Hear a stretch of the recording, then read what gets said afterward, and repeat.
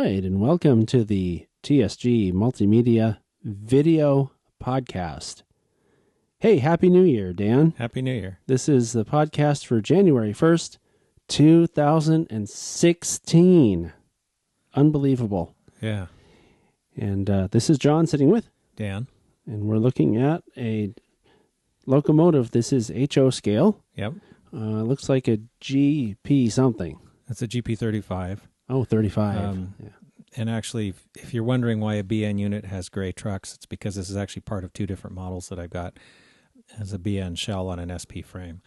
That's really strange. Why did you do that? Only because this BN shell has been, I haven't done anything to it, so it's stock. And what, did you paint it green or did it No, it came that way. Okay, well, I'm sure it'll become clearer as you continue. I just wanted a shell that wasn't modified. Okay. And this is the one of the ones that I had that hasn't been modified. Yet. Whereas the SP shell I have is all cut apart right now. Because Okay. it's a project. One of many. Yeah. Anyway, what I want to talk about today on this podcast is the coupler mounting on the Kato units and the pilots. Sounds exciting. So this is actually the SP sill. The one that's modified? Yeah, this is the one that actually goes with the model that the BN shell's sitting on right now. Okay. And as you can see, I've done a lot of modifications on the pilot. Typically what I do with the GP35 models and also the Kato SD40s is to pretty much take all the detail off the lower part of the pilot and then rebuild it to match a specific engine. Because for one thing, the era I model, they don't use footboards anymore, so I got to get rid of those anyway. And usually the box beam is sometimes not right. Most of the time it's not right for most of the engines that I've been modeling, so I end up having to take that off too and basically just sand it flat. But what I really wanted to talk about was the coupler, because a lot of the Kato engines, especially the GP35s and SD40s, the couplers stick out really far from the pilot. Which isn't correct, right? Yeah, well, it makes it, especially when they're coupled together, it looks funny. So I like to modify them for a more realistic coupling distance, and just I think the engine looks better. So one of the things I do is, maybe if I take the coupler out, you can see this a little better. See, there's these little projections that stick out right here. Yes. Okay, well I've cut them off of this amongst the other things that I've done. I can see that now. So the front of this coupler box is basically just flat, and it doesn't have those sticky outy things anymore. And what I want to do is mount the coupler so that it is all the way in there. Oh, so it's flush with the cut off box instead of flush with the sticky outy things. Right. So it moves it in about a scale half a foot or so. Maybe it doesn't sound like much, but it really does improve the appearance, in my opinion. So in order to do that, though, you need to redo the coupler mounting screw underneath. Oh, is that what you're going to show? Yeah. And actually, because a lot of, especially the older Katos, they come with one of these plastic pin deals, which are really kind of a pain to deal with anyway, because they're hard to pull out sometimes, and it's better to use a screw, really. So we're going to do that. So I have a quick question before we go forward with anything else. So this is a footboard, right? Yeah. Down here on the pilot? Right.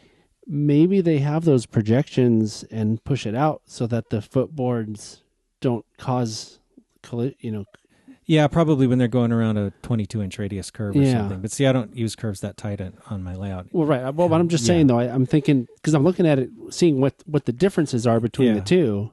I'm sure there's some reason like that they did it. I'm sure that they didn't do it for no reason at all. I'm sure there was a reason for it. But, a lot of manufacturers try to make their equipment go around really ridiculously tight curves. Yeah, unrealistic curves anyway. Yeah. And I don't usually do that with my layouts. So, I'm not so worried about that. Essentially, what you need to do in order to move the coupler back is to drill a new coupler mounting hole a little bit behind the original hole. Do you have to fill the hole that's there? No, because no one will ever see it. Oh, good. It doesn't matter. And then I usually will tap the hole for a screw. So that's what I'm going to do. And so the coupler, instead of being like out here, it'll be more like that. Right. And there's still plenty of clearance here. It doesn't, interfere with the truck swing or anything like that. Yeah. Well, even if it did, it looks like it has a little bit of plastic there that you could modify if you had to. Yeah. In fact, this is a modified Katie number 5 coupler box. Oh, okay. Because they fit nicely in here. And when I actually get around to putting real couplers on this model, I'll probably use 158s or something like that. Those are the smaller ones, the right? Scale, the more scale-sized ones. I just happened to have this number 5 in this appropriate box, and it was handy. Okay. But, the other box, if whatever I use for the 58 or 158 will have the same mounting. I'm going to put the other coupler in here and push it till the coupler box is flush with the cutback pilot face that I have. And then I'm going to take a drill bit and put it through the mounting hole. And then just twist it a little bit so that I can mark where I need to drill. I see how you're doing that. That makes sense. You'll get it right. It's like a little template. Yeah, exactly. You don't need to measure or anything. Okay, so now I drilled out the holes and I'm tapping them. And the only thing I was going to mention about this is it's good to go slow with the tap so you don't break the tap, and kind of run it in for a little bit and then back it out and make sure the little shavings come out, and then run it in a little more. Sometimes it helps to use a little oil too as lubricant. Oh, I wouldn't have thought about that. Yeah. Something else that's probably worth mentioning is that you're doing this on both sides. Anyone who's new to the podcast or new to our productions in general may not realize that we don't show repetitive stuff. Like if you're going to drill a hole for each coupler, we're not going to show that. Right. I mean, it's kind of a waste of time. Yeah. So he's tapping both sides, right? Right. Okay, so now I've tapped my hole, and I can mount the coupler box with a screw. It's nice and sturdy. I forgot to mention that we don't show you screwing screws in either, because that's not very instructional. I didn't think that was that exciting. I mean, I think a lot of people have done that before. So I hope so. Well, if you're watching this video thinking that you're going to learn something from it, and all we're doing is screwing screws into holes, you might be disappointed. Yeah. And now the coupler's mounted at a much better place, I think. Right on. That's just one of the many things I do to Kato GP35s. All right. Well, I guess that'll do it for this video podcast. And want to wish everybody again Happy New Year, and hope everything goes the way you want it to in 2016. We'll be back with our next video podcast on February 1st.